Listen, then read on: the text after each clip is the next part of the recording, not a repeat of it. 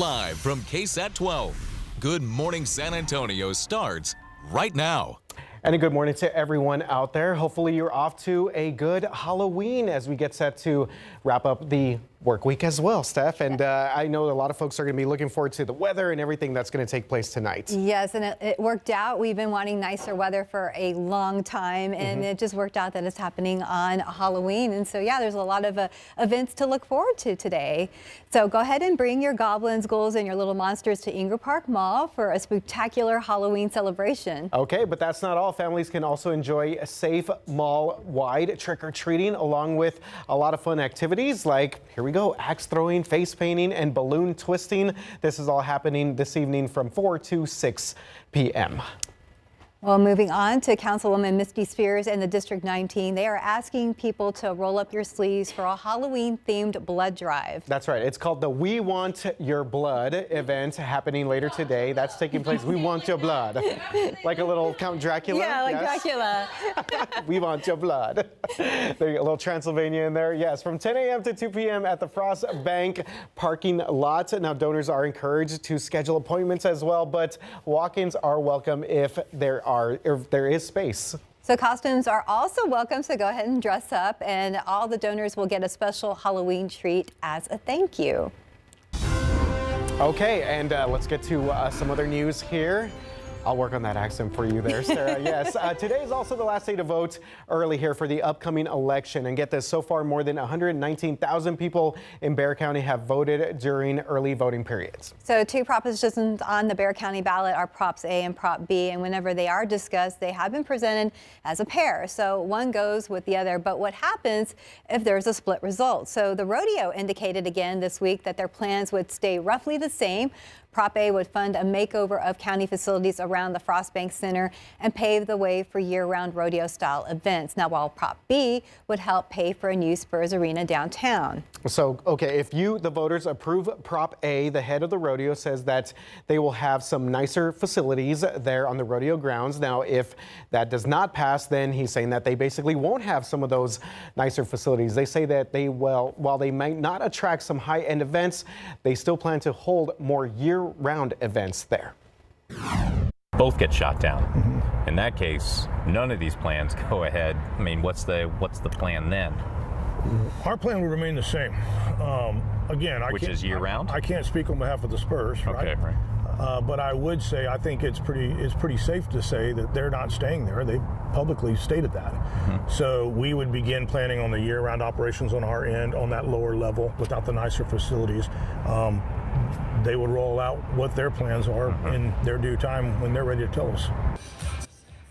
Well, a Spurs spokeswoman declined to comment on the possibility of that split result, saying that they're focused on getting both propositions passed and that there is not a plan B. She did not respond when we asked if the Spurs plan to eventually leave the Frost Bank Center, regardless of what happens next Tuesday night. So again, today is the last day that you can vote early before the election. That is on Tuesday, November 4th. If you want to learn more about what is on the ballot or where you can vote at your polling sites, scan the QR code that you see on the lower left hand of your screen.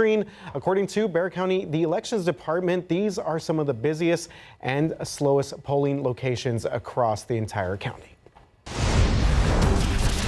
Okay, we are off to a chilly start here in San Antonio. Temperatures once again starting off in the 40s.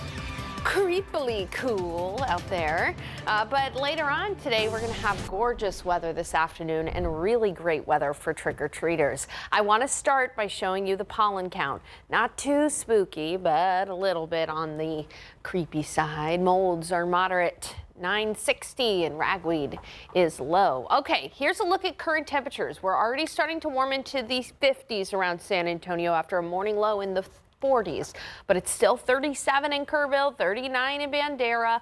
A cold morning for us, but sunshine will quickly allow us to warm.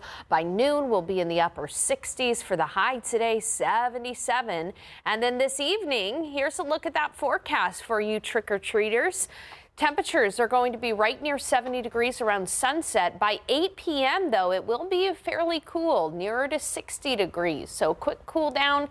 Only light jackets needed, especially as you are trick-or-treating closer to sunset. It should feel comfortable outside. I'll be back to talk about Halloween's past. and a look ahead to the first weekend of November, guys. All right, thank you very much for that, Sarah. Taking a look at your traffic authorities, we get all of our folks out here on Halloween morning. Take a look there.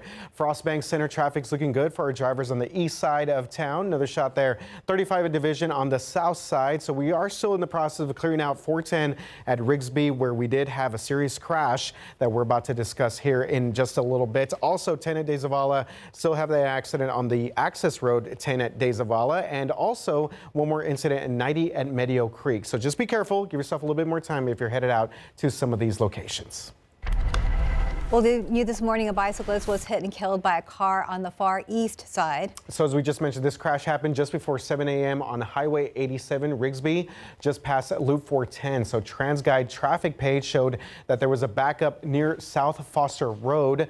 Now, the page did not have any cameras in that area, and specific details about the crash were a little bit unclear. However, we did have our photojournalist Alex Gomez there on the scene, and he did confirm with the fire department that a cyclist was pronounced dead at the scene. Right now, it's also not clear whether the driver involved in the crash stayed at the scene.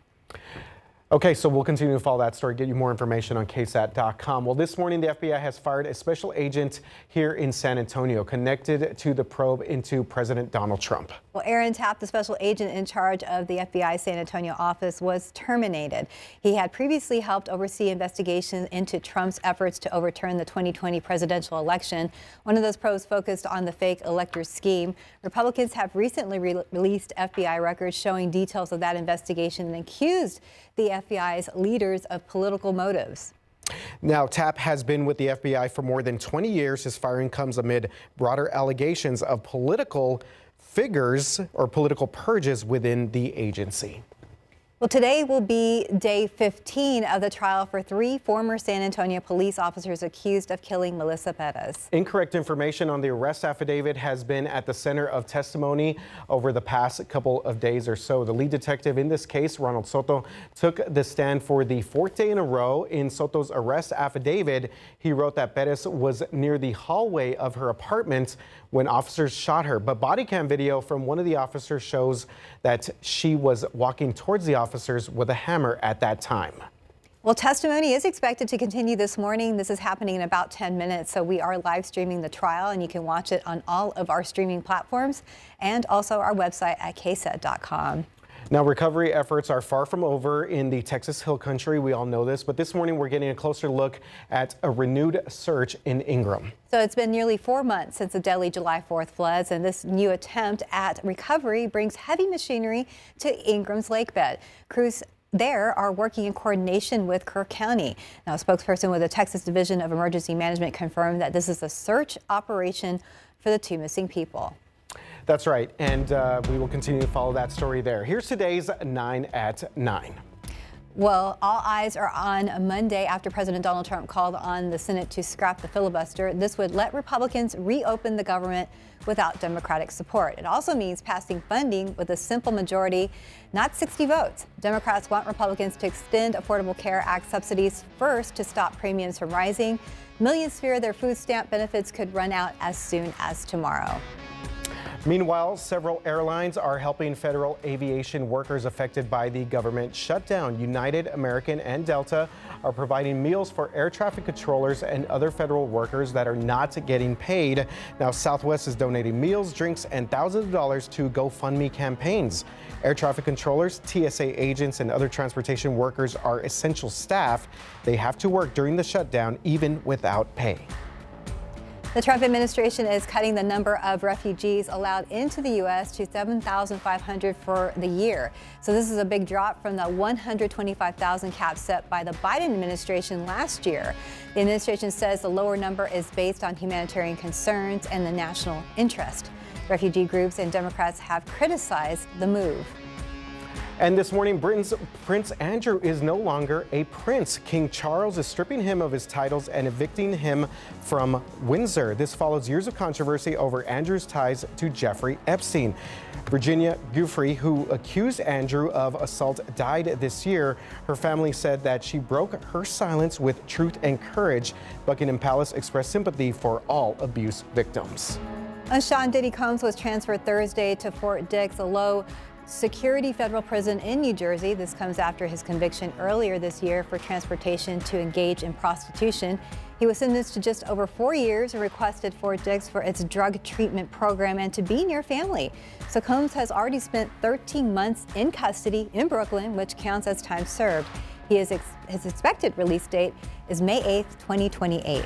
While the listeria outbreak linked to prepared pasta meals has grown, the FDA says that 2 more people have died and 7 new cases have been reported. So far, 27 people in 18 states have fallen ill or sick with 6 deaths and 1 fetal loss. The pasta, salads, and ready-to-eat meals were supplied by Nate's Fine Foods.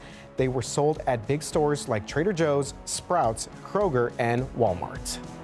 Well, new research suggests the link between autism and COVID-19 during pregnancy. The study looked at over 18,000 births from 2020 to 2021. They found about 2.7% of children born to mothers who had COVID while pregnant were diagnosed with autism compared to 1.1% of others. The risk was higher for boys than when the mother contracted COVID in the 3rd trimester. Okay, get this, actor Jesse Eisenberg getting ready to donate one of his kidneys to a complete stranger. The star of the movie The Social Network announced this on the Today Show on NBC on Thursday morning. He's 42 and excited for this donation process scheduled for mid-December. In another interview, he said that it's essentially risk-free and it was so needed. Well, if you love the Jetsons, this may be the Rosie that you've been waiting for. So meet Neo. This is a robot housekeeper made by AI. The company 1X. Neo can clean your house, do laundry, and water plants. It can even dance if you need a break. So Neo weighs 66 pounds, stands about 5'5", and costs about $20,000. Okay, that may turn us away. Yes, absolutely. Well, 1X says it has strong security to keep it safe, but you do have to sign a waiver so operators can see inside your home to help it work. All right, so the human's still gonna have to do the chores for me around the house. He's not as cute as the Jetsons. As Rosie, yeah, definitely not. No. All right. Time now is 9:10 on your Halloween morning, and we're looking at 50 degrees outside. That's right. So what if you could step inside 300 years of San Antonio's history? So after the break, how you can do that starting tomorrow when the city opens its first Municipal Archives Museum.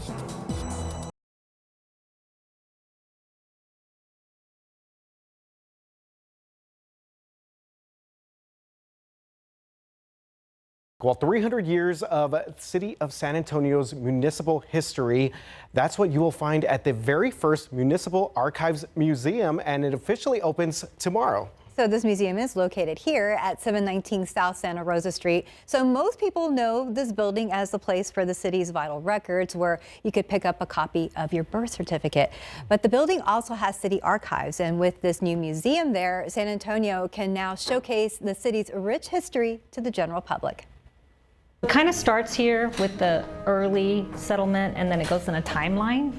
It's a chance to look at the city's preserved documents and artifacts that date all the way back to the 1700s. Even photographs that have been collected through the years to present day, all here at San Antonio's first Municipal Archives Museum. This museum will actually go all the way back before the city was founded to the indigenous population that was here, and Presidio soldiers, and then with the Canary Islanders who actually started and founded our city in 1731. I mean, in this room there's 300 years worth of artifacts and papers. Tell us about that. Right, and so as the official record keeper of the city, all city clerks, beginning back when our city was founded, have been keeping these records. So we have records that go back to written in Spanish when we were part of Spain, and the different parts of history of our city. The museum also showcases this collection with some of the gifts that San Antonio has received from sister cities over the years. This is our sister cities collection here. That is cool. The gifts from our cities in Asia. We have a sister city in China, Japan, Korea. We have 11 sister cities. 2022 bond money was used to get the museum up and running, giving visitors access to historic documents like a letter that was found in San Antonio written by Santa Anna, and different maps of the city from different time periods. This is a map of the Alamo grounds. one of the original plats showing what the Alamo grounds was like. It's really great for us to keep the history so that people will know, where did our city begin and how have we progressed over the years, what kind of major milestones, what things happened.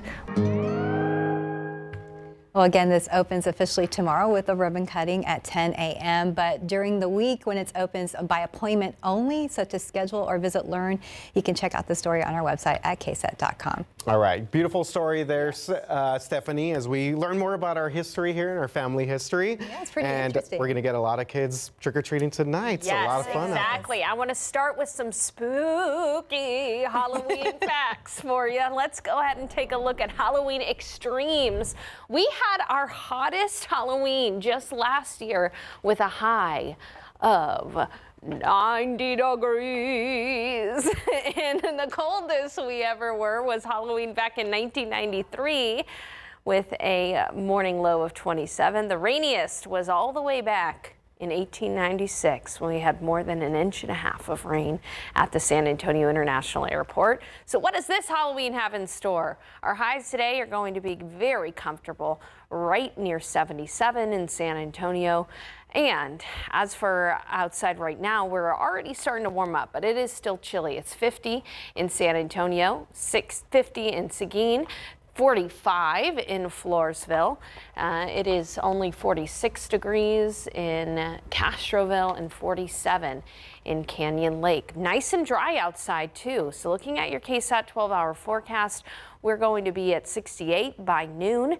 In the afternoon, 77, again, nearly perfect weather. And so what about trick-or-treating? Here's a look at your trick-or-treat forecast. Sunset happens around 6:48. So there's going to be kiddos out there just before sunset. If you're going out and about just before sunset, temperature will be right near 70. So you don't need a jacket if you're going closer to sunset, but the longer you are outside, it's going to get chilly fairly quickly. I know we've probably also got a lot of Halloween parties, things like that. It is a Friday night after all, and temperatures will quickly get cool. We'll be in the 50s by 10 o'clock. So if you're planning on having a later night, I would say bring the jacket with you. All right, and then tomorrow we'll start off at 48 degrees. It's going to be another chilly day. And tomorrow there's a small chance for rain, really only a 20% chance. Otherwise, the weather this weekend is going to be absolutely gorgeous. So this is not a chance of rain, meaning that you should cancel your plans by any means, because look at these temperatures in the mid 70s, plenty of sunshine. The small chance for rain all has to do with the dew points and the humidity. Right now, dew points are in the 30s. That's very dry. That's chapstick weather. You need a little extra chapstick when those dew points are in the 30s. That very dry air is going to stick around. But tomorrow, during the afternoon and early evening hours, we're going to see a little bit of moisture return in from the Gulf. Not enough to make it humid outside, but enough perhaps to have a couple of sprinkles or two. And the reason for that too is because we have a cool front, the reinforcing cool front. That's not necessarily going to make it chilly, but it is going to keep things dry for us. So that's why the weekend is going to be lovely with low humidity. There's just that very small chance for an isolated shower tomorrow. Really, if you get any rain, it would mainly just be in the form of sprinkles. So again, please do not cancel your plans tomorrow because of that small 20% chance for a shower. Reminder that we gain an hour Saturday night into Sunday. That's good for me because I work on Sunday morning, so I get a little extra sleep there. As for our temperatures and conditions next week, it's going to be pretty pleasant. A little bit on the warmer side, back into the 80s, but again, not too humid. We'll be back with more news after the break. Welcome back. It's 9:24. Well, we have an important programming note to pass along. The TV provider, YouTube, and our affiliate network, ABC, are in a contract dispute which has caused ABC programming to be taken off YouTube TV until a deal is reached, which includes all ABC programming. KSAT 12 is an affiliate of ABC and does not have any say in this matter.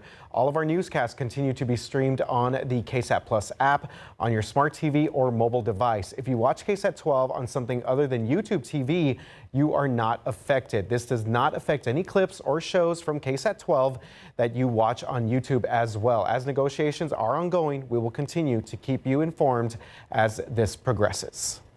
Well, the time now is 9:25 and we're at 50 degrees for now. You're watching GMSA at 9. All right, a chilly start to your Halloween morning, and coming up in just a bit, a local councilman is calling for action after a student was hit and killed on the west side on Marbach Road. How he wants a traffic study done, school zone lights installed, and safer walking routes to prevent another tragedy. And with the trial of Melissa Perez's death continuing, many wonder how rare is it for a police officer to face murder charges. Still ahead, how a law professor tells us this case could set a new precedent for future police shooting trials.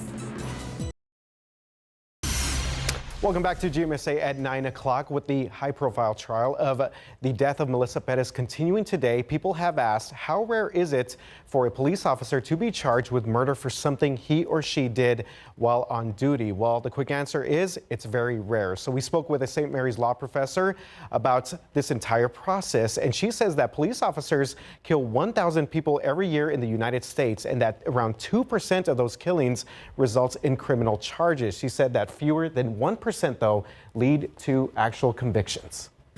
Prosecution has to prove that it was objectively reasonable actions by the police officer, and that basically that no other officer would have acted in the exact same way. That's an extraordinarily high standard. And that right there was Professor Sigrid Vendro Polanco. She also says that this trial could have serious legal fallout because the jury's verdict could set the precedent for how police shootings get tried in the future. And this morning we are continuing a story that KSAT Investigates first broke last month. The city of Uvalde trying to block the release of records related to the death of a congressional staffer for Congressman Tony Gonzalez. Uvalde police say that Regina Santos Aviles died last month after catching on fire in her own backyard while she was alone. Our KSAT Investigates team asked for copies of the 911 calls, but in a letter to the Texas Attorney General's office, the city of Uvalde argued that those calls should be kept private, something that Santos Aviles' husband agrees with. Uvalde city attorneys say that it's, quote, publicly known Santos Aviles died from self-inflicted injuries. The Bexar County Medical Examiner's office confirms it's still working to figure out what caused her death. Okay, a call to prevent action from another tragedy. District 6 City Councilman Rick Galvan wants an immediate traffic study of Marbach Road on the city's west side of town. This comes after a John Jay High School student was recently hit and killed by a truck while crossing the road in a crosswalk. Now, KSAT has been following this story very close since September when that student was unfortunately hit. Councilman Galvan wants to activate school zone flashing lights during lunch hours, review street design, and identify safe walking routes. Now, the councilman has also requested the city work with Northside ISD on this. Mayor Gina Ortiz-Jones has confirmed the city's Public Works Department will review safety along Marbach Road. And we are looking at a beautiful morning. It is on the chilly side, though, as we're starting off this Halloween. A lot of plans around the city for Halloween today, and tonight the weather's going to be nearly perfect for trick-or-treating. We'll talk about that here in a bit, but first I want to show you the temperatures outside. We are in the low 50s right now, warming up after a chilly start near 43, but these last couple of days have been the exception. Generally, this October has been very hot. Last year we had our hottest October on record, and so far after today, we'll probably have our third hottest October for 2025. So trick-or-treat weather, as I mentioned, perfect. Low humidity, near 70, close to sunset. The longer you're out, though, in the evening, the chillier it'll be. So we'll have that forecast for you in a bit. Tomorrow, there's a very small chance for rain that I have to mention. But in general, though, the weekend is going to be beautiful and comfortable. The latest on your Dia de los Muertos weekend coming up. All right, thank you very much, Sarah. Taking a look at your traffic authority as we get set for your Halloween. Let's take a look there at 410. Traffic looking pretty good out there for some of our folks over by Callahan on the northwest side of town. Right now, not too many incidents to report on. 90 eastbound at Hunt Lane. We do have a stalled vehicle there, and a little bit of backup on 35 around O'Connor southbound, and also Weidner Road after an accident reported there. So be safe on the roads if you're about to step outside during our 9:30 half hour. Well, two sides are at odds in Washington, D.C., and they're raising concerns about food here at home. The government shutdown could stop SNAP benefits and the program that helps 3.5 million Texans put food on the table. That's right. Our Katrina Weber visited a local food pantry where a member of Congress saw firsthand how they are working to fill this gap. So this is our food pantry. Between serving community members, Patty Radel showed a Congress member how it all happens. Congressman Joaquin Castro got a firsthand look at inner city developments, a beacon of hope and help on the city's west side. This is what the commodities look like. Her small food pantry regularly fills the stomachs of people in need. Come November 1st, Radel expects the need will be even greater. Very, very worried that they will have nothing within a few days. She says her clients' minds these days are filled with fears of empty cupboards. The consequences are beyond just hunger. You know, it's stress. Due to the ongoing federal government shutdown, funding will run out for SNAP, the program that helps feed 3.5 million Texans. Radel says for now she's able to calm some of those fears by providing food, but she worries as the shutdown goes on, that may be more difficult to do. Donald Trump and the Republicans have funding to keep SNAP benefits flowing, yet they're choosing not to. During his visit, the Democrat pointed the finger at the other party. Republicans did the same in written statements. Senator John Cornyn says Democrats are taking food out of the mouths of children, while Congressman Tony Gonzalez says it's up to that party to end what could become the longest shutdown in history. Well, this is not a record to be proud of for anyone. And so, again, I hope that all sides will get to the table. If they don't soon, families' tables could go bare. Katrina Weber, KSAT 12 News. And happening at 11 a.m., Mayor Gina Ortiz-Jones will announce aid for SNAP recipients. We will be live streaming this presser, and you can watch it on all of our streaming platforms and, of course, our website at ksat.com. Meanwhile, Democrats are urging Governor Greg Abbott to use emergency state funding to help with SNAP benefits. In a letter to the governor, Democrats want him to use executive authority to declare a state of emergency. According to the Texas Tribune, Governor Abbott's office said in part, quote, Senate Democrats should immediately end their government shutdown by approving legislation that already passed the U.S. House that will fully fund the government and ensure Texans don't go hungry, end quote.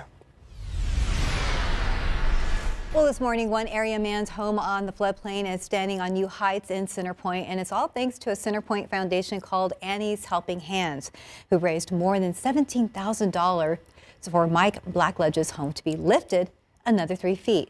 So Mike's house on the Guadalupe River was destroyed by the 4th of July floods, and he had not been able to get the permits needed to start the rebuilding process. That was until his property was raised above the floodplain. I've had a tremendous amount of, of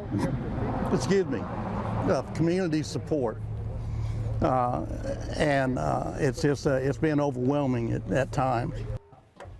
Well, the foundation hopes to raise more money in order to help more homeowners and flood victims in the Hill Country. You can find that link to the nonprofit. You could just search for this story on our website at ksat.com. 9:37 on your Friday/Halloween morning, and we're looking at 50 degrees outside. You're watching GMSA at 9 o'clock. Well, do you want a safe and fun Halloween? We have some safety tips from police and deputies on Extra Patrol, plus a new app to keep your neighborhood safe.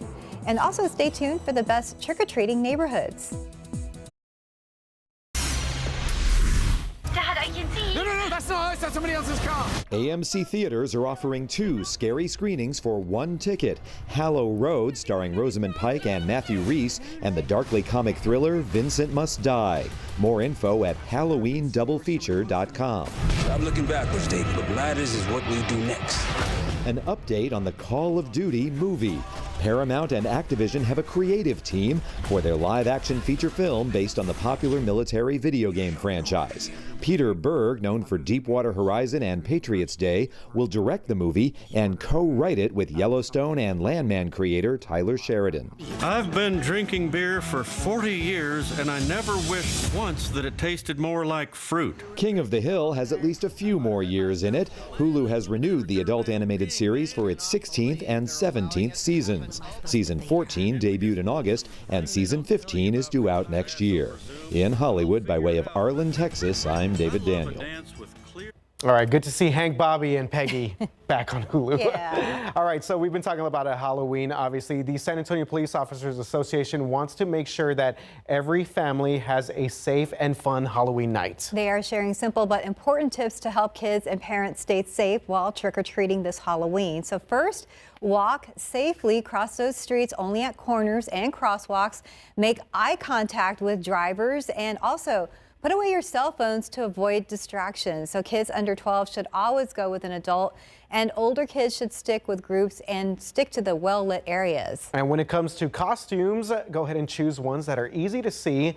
Add some reflective tape or lighter colors. Carry some glow sticks or flashlights with you, and pick face paint over masks that can block someone's vision. Also make sure that all these costumes fit well to prevent any kind of trips and falls. And drivers also play a big role here, so slow down, especially between the hours of 5:30 p.m. and 9:30 p.m. when most trick-or-treating happens. Stay alert, avoid distractions, and turn on the headlights early to spot kids on the move. Yeah, and SAPOA, the Officers Association, they want everyone to work together to make sure that our neighborhoods are safe and sound and, of course, fun for everyone during Halloween night. And the Bexar County deputies will be on extra patrol keeping streets safe. Deputies will not only be doing the routine sex offender check-ins, but they're also going to be looking for drunk drivers. This year, the Sheriff's Office is launching a brand new app. It will be able to help BCSO share information about crime trends, programs. But tonight, you can use this app and use it to see if there's anyone dangerous living in your neighborhood before you go out trick-or-treating. But one of the features that, especially with Halloween approaching, that's the most important is actually a sex offender registration search on it. And so you could actually click on the sex offender tab, and it'll show you all of the sex offenders that are located countywide. You can zoom in as close as your neighborhood, even your street, and see what's going on in that area. All right, well, the sheriff there, Sheriff Javier Salazar, said that this will eventually be used to also check the jail status of someone, transfer money to an inmate, and much more. You can download the app by searching Bexar County Sheriff's Office on your Apple or Android phone.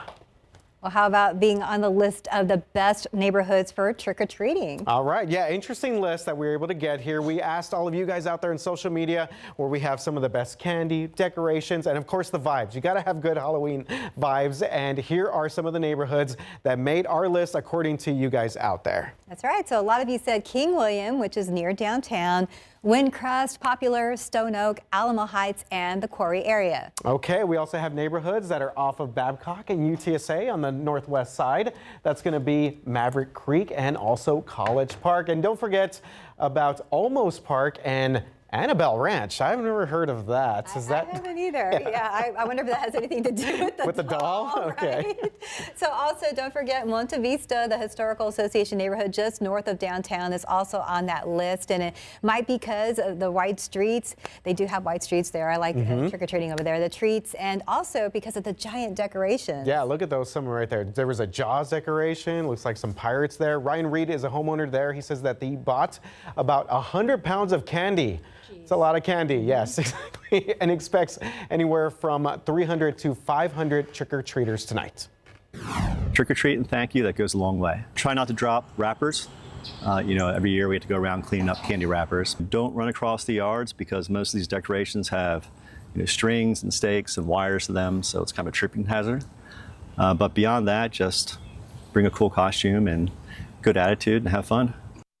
Yeah, neighbors are reminding parents, no matter where your kids go tonight, remind them to be respectful. And yeah, I know for a fact Monte Vista is an awesome neighborhood to go through, and they do have wider streets for the most part, and the decorations are a lot of fun. But yeah, it's always good to keep the safety in mind as well. I love that reminder to be polite, because yeah, thank you does go a long way, especially Absolutely. because of how expensive candy is this year. Yeah, oh exactly. my gosh, Yeah. Maybe two thank yous. I bought quite a bit of candy as well for our neighborhood, and oh my gosh, my wallet, it was hurting. Yes. Yeah, it adds up. And it makes me think back in the day when I was like, okay, this was not this much for a smaller bag candy. But or even yeah, last it's pricey year, right now. really. Yeah, absolutely. gone up. And temperatures, though, will be perfect for trick-or-treating tonight. Outside right now, it is cool. It's 43 in Kerrville, 50 in San Antonio, 57 in New Braunfels, 55 in Uvalde. Good morning, Del Rio. It's 57 degrees.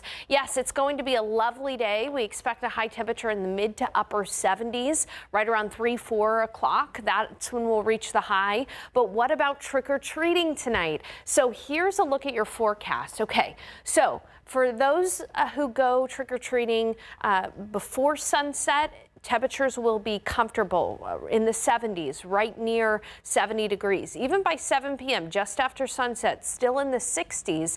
But here's the thing, we're going to go from eerily nice to creepy cool. By about 8 o'clock, it'll be 61 degrees. So if you're planning on staying out a little bit later, just know that you might want that jacket, but close to sunset, you won't need a jacket at all. It will be gorgeous out there with temperatures right near 70 degrees and low humidity. All right, as we close the chapter on October, we enter into November. And what do we usually see? On average, here's a look at November climatology. Tomorrow, our average high is 77 with an average low of 55. By the end of the month, November 30th, our average highs dip into the 60s with our average lows in the 40s. So that's what's normal as far as temperatures go, and usually on average we see about 2 inches of rain. I hope we get more than that because we're still under extreme drought conditions. But this weekend, for the first weekend of November, it's going to be lovely. Dia de los Muertos festival, things going on. It's going to be really beautiful outside. We're going to wake up tomorrow in the upper 40s.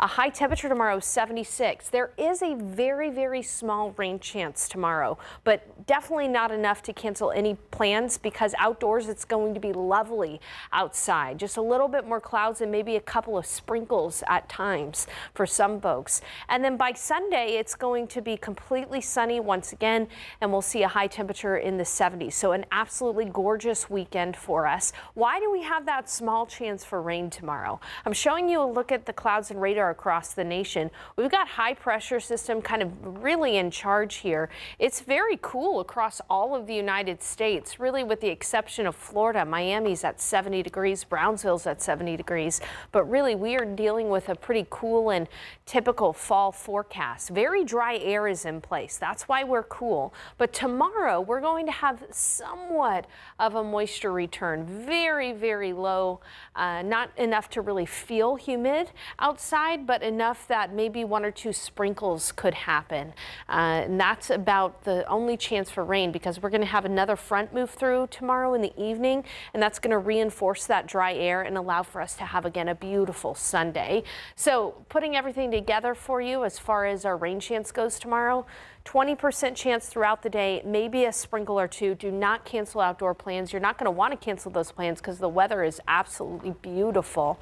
Don't forget, we gain an hour overnight Saturday into Sunday, and then looking ahead to the week, we do warm up. You know, our afternoons are going to be back into the 80s, but it's still going to be lovely outside with low humidity, guys.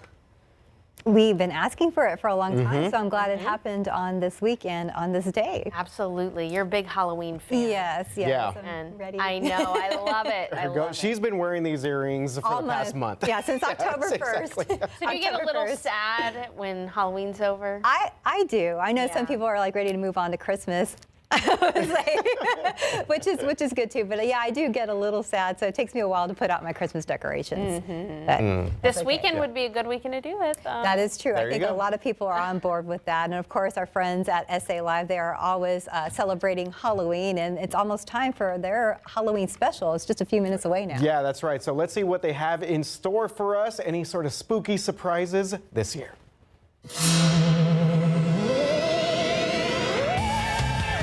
What's your favorite scary movie? We take you to the movies this Halloween for frights and delights right here in San Antonio. Our first stop, Santico's, where you'll find a great deal on a Final Cut feature today. And this one is not for the faint of heart. Feeling witchy? I feel another Elphaba coming on with a wicked good twist.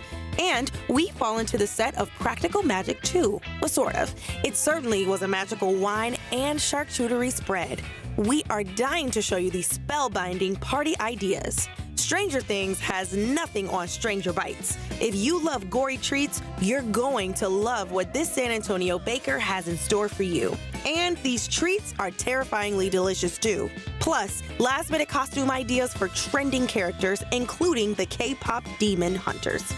Well, even though it's Halloween, okay, you can still find some incredible last-minute deals at Goodwill. And Libby Castillo is here, and everything from costumes to decor, you can find it there, right? Absolutely. We can find everything you need last minute. Okay, and we have some examples on the table here, but you're going to have to wait to see exactly what those are. But it's there are benefits of shopping at Goodwill, right? Yeah, absolutely. So when you shop at Goodwill, you're buying stuff that has been gently used by people in the community, and so it's sustainable. But most importantly, we are a nonprofit, and that helps us change lives through the power of work. That's our mission. We do workforce development, so if you're looking for a job, Goodwill can help you find it, and it's through those donations and the shopping at Goodwill that helps us. See, they help you find that job, they help you find that last-minute costume. That's right. Some of the popular costumes this year, like K-pop demon hunters. Yes. You can find there. More on that when SA Live continues.